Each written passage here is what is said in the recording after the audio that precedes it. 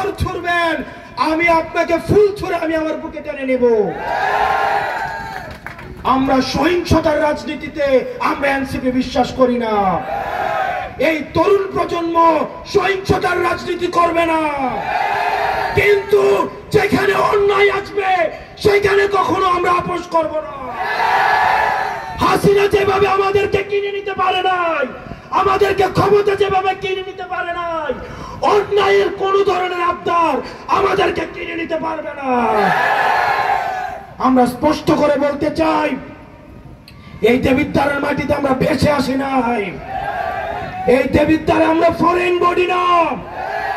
এই মাটিতে আমাদের জন্ম, এই মাটিতে আমাদের উত্থান, এই মাটিতে আমাদের বিকাশ। আমরা ঢাকা থেকে এসে জুড়ে বসি না। সুতরাং আমাদের বিরুদ্ধে যদি অন্যায় ভাবে কোন ধরনের কুচ্ছারটানো চলে, জনগণকে সাথে নিয়ে সেটার বিরোধিতা আমরা করব।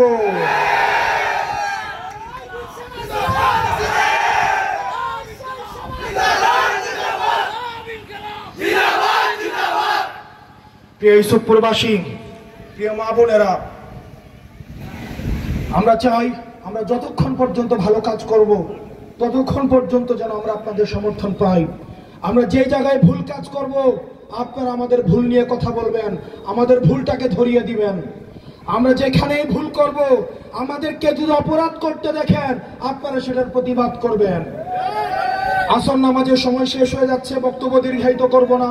আপনারা সবাই ভালো থাকবেন, সুস্থ থাকবেন। আপনারা সবাই সত্যের পক্ষে, ন্যায়ের পক্ষে, হালালের পক্ষে, হকের পক্ষে, ইসলামের পক্ষে আপনারা অবিচল থাকবেন।